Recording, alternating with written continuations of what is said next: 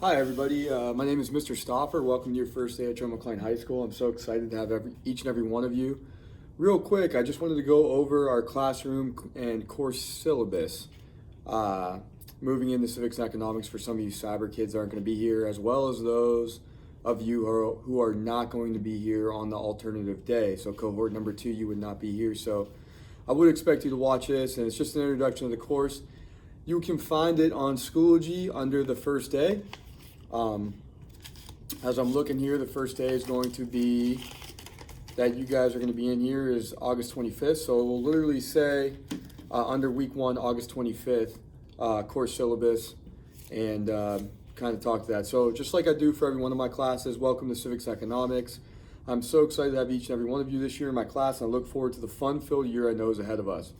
My goal is to make this course engaging for every student through meeting all of your learning needs, but I cannot do that without your cooperation and dedication to learning. In this course, we'll be covering the federal and state governments of the United States of America. Throughout each activity and lesson, my goal is to lead you to mastery of the content material of our nation's government through linking concepts to real-world situations, modern-day issues. One thing I'm really going to want you guys to do as we move forward here is we're going to be doing every day, you should have a specific notebook for this class and a folder for this class.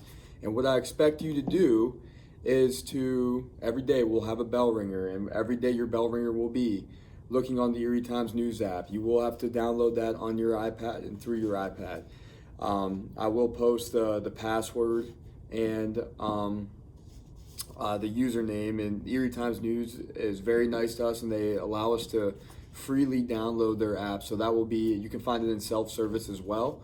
And you will be required to look up a government or foreign government or local government article and write a brief 4-sentence summary, and it's important, 4-sentence summary, and you'll be required to turn that in for a notebook check once every 2 weeks, and we'll look through that. But once we can start doing that, then as we talk and as we go through these PowerPoints, some of our talks will be linking these concepts to real world information and doing different things along those lines. So that's very important. Moreover, before leaving my class next year, you will have learned information essential for your understanding of how our society and government works, therefore helping you to become a more informed citizen. That's the goal that I'm trying to attain with you guys. In addition, because of future test-taking requirements, I will be expecting you to put forth your best work each and every day, which demands good attendance and being on time to class. Even if you're on cyber or you're not on cyber, I will be expecting you to follow me along on these videos I will be posting daily.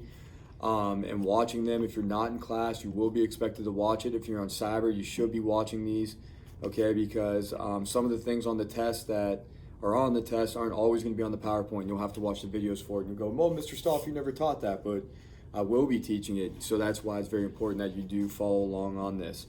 Some of the course topics and goals that we'll be going over this year is number 1, my class is split up. Before we get into that, my class is split up into 2 9-week sections. The first section that we're going to be doing right now is government. The second 9 weeks is going to be economics. So the first thing that we're going to go into this year is principles of government. We're going to talk about where government came from. We're going to talk about some philosophies and philosophers, comparing and contrasting some different things. So make sure that you're paying attention to the first section. You may have had U.S. History 2 last year, and you're coming to me, whether it be accelerated or basic.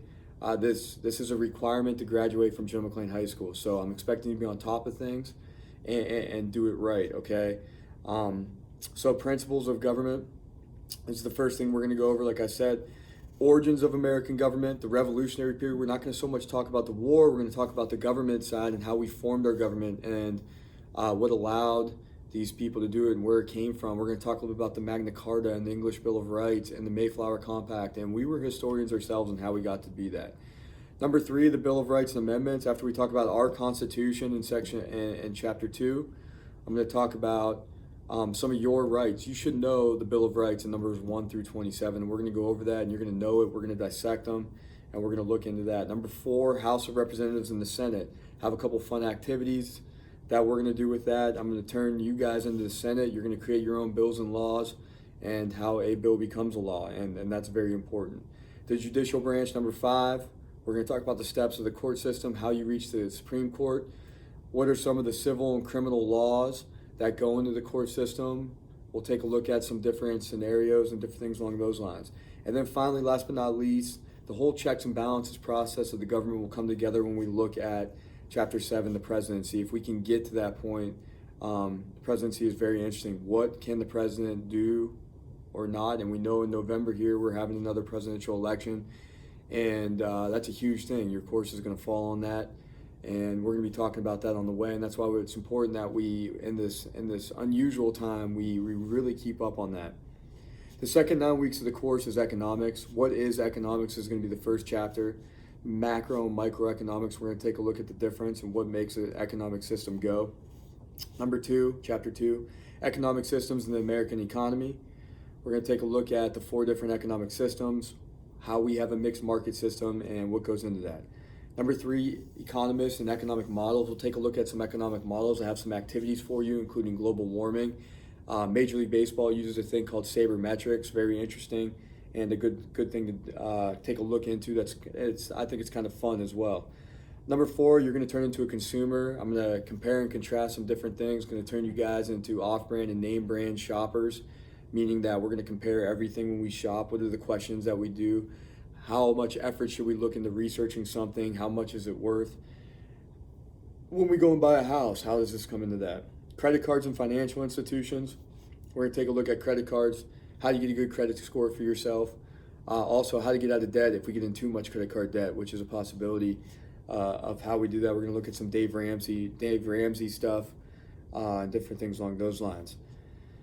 Federal income tax. I'm gonna show you how to find your FIT tax, federal income tax, and we're gonna do it manually. We're gonna look at our careers. I'm gonna have you guys look stuff up. You're gonna look into your future. You're gonna create monthly budgets. You're gonna look at where you're gonna go to school. You're gonna find your student loan debt. So this class might, to some of you, may not be the most interesting class that you've ever taken. I think it's very interesting, but it's gonna be the most important class. And I can honestly say this, that you'll take and you'll use in your life, that you're gonna take here at the high school.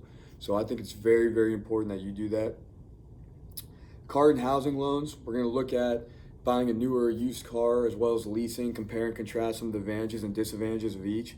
Housing, how you get a house loan, what type of house can you buy, how much money down do you have to have.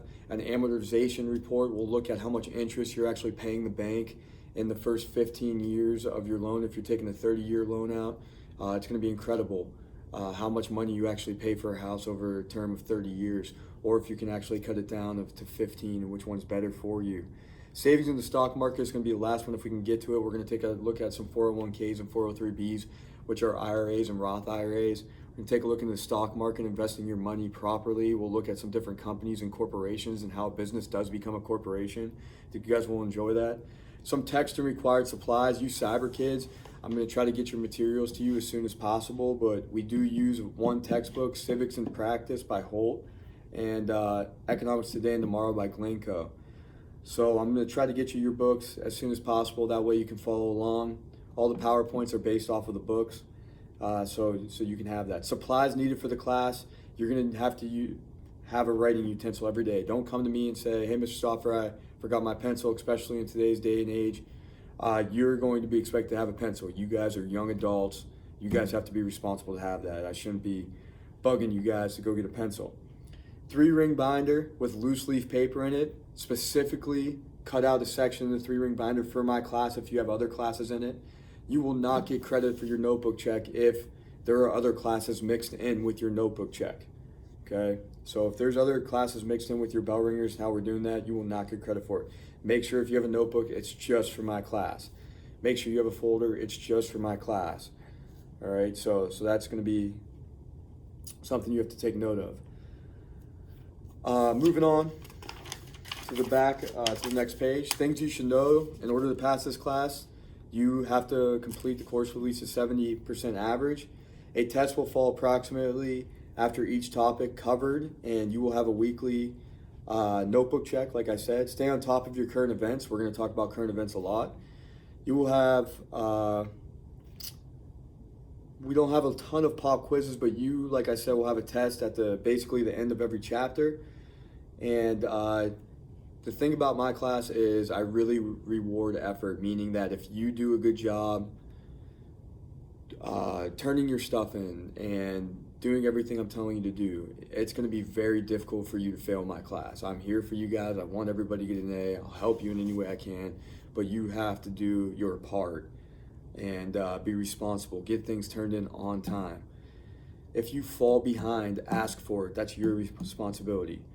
Methods of evaluation: total number of points earned divided by total points, meaning that if you have 7 notebook checks worth 10 points, that's 70 points. Our tests are right around 60 to 70 points. You can get 70 out of 70 A on a test just by turning in your notebook checks and getting full credit for it. That's why I say you have to try to not pass my class. Okay, so even if you fail every test, you will still pass my class if you're not a good test taker. Graded assignments include homework, tests, projects, posters, bell ringers, group activities, note-taking, PowerPoints, essays, notebook checks, debates, presentations. My cell phone policy in my class is as goes. It's basically I just took it and I copied and pasted the General McLean cell phone policy. Cell phone/listening devices in the classroom is the purview of the teachers.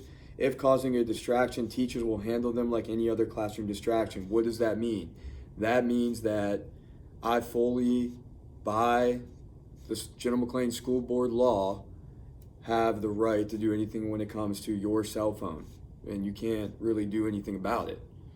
And that teaching government, the government gives schools the power to be able to create laws inside the school so everybody has equal education. If I feel like your cell phone's taking away from your education in my class, then I'm going to do something about it. So here it is. And I'm pretty lenient with it. I always am on the side saying, hey, just put it away, don't do it. But if you keep abusing it, I do take it away.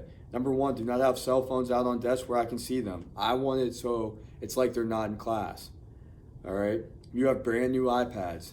Your parents pay a lot of tax dollars for these iPads. Let's use the iPads, which you're going to be using a lot this year because we're going cyber and doing 2 different things. You will have 2 warnings on your cell phone, and then your cell phone will go into a place in the room called cell phone jail, and that you will be aware of it. It is a little pencil box up on top of my filing cabinet, and students always end up going to cell phone jail, and I take pride in putting cell phones in cell phone jail. So strive to not have your cell phone in cell phone jail. And just remember, if your cell phone does go in cell phone jail, it's not because I don't like you, it's because I like you and I want you to do good in my class and not be paying attention to something else. So just be aware of that.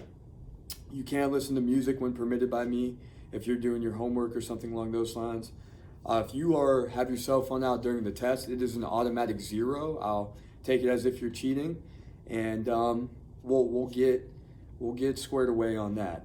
3 warnings will, like I said, will result in cell phone jail for the whole year. So you'll come in and every day you'll put your cell phone in cell phone jail. Rules and conduct in the classroom. Classroom rules: be responsible, participate, be on task, be prepared, be respectful. I always say this: I'm going to give you guys the utmost respect. I love you guys. I love teaching. I love kids. I love being around you guys. I have fun when I teach. It's a passion. So when you start being disrespectful to me, I'm going to immediately give you respect. I don't care where you came from, how much trouble you've been in the past, what you've done, where you've been, so on and so forth. You're going to get respect right off in my class, right from the beginning. Now, if you start abusing that, then and affecting everybody else's education, then something's going to have to be done. Here's the consequences. Number 1, a verbal warning and seat change. Because I like you, I will change your seat. All right, so you do good in my class. Number 2, a student conference in the hallway. Number 3, a phone call or an email to your parents with a response. And then number 4, an office referral and sent down to the office. You really have to try to get an office referral in my class. It happens. It doesn't happen a lot, but it does happen. I retain the right to immediately dismiss you if you engage in fighting, use profanity, or make sexual comments, or demonstrate blatant disrespect towards myself or your classmates. By signing this, you and your guardian agree to the responsibilities put forth within this classroom. Student signature and parent signature. You cyber kids, I would like you to sign this and have your parents sign it online and submit it to my email through a PDF. So you're going to download it, you're going to submit it, sign it, have them transfer it to Notability, and then submit it to my email. This will be the first grade of the school year, 5 points. If you have it turned into me by, by by the 26th, you will get full credit. If it's not turned into me by the 26th, you will not get full credit for it. It's either 0 points or 5 points. It's the only time I ever do this. Those of you that are coming to see me, you will get a hard copy and have your parents and yourself sign it. Any questions about this, please email me. This is my course syllabus. Please read over it several times. If you sign it, you agree to abide by my classroom rules. If not, I will gladly try to get you a transfer out of my classroom. I've never really had a problem with a kid in doing this, but I always go back to this. Hey, did you sign my course syllabus? That means you've agreed to abide by my rules with cell phone jail, cell phones, turning your homework in on time, so on and so forth. All right, guys, so that's it. That's just kind of the basic course syllabus for civics and economics. I'm really excited. Let's make this a great year. All right, bye-bye.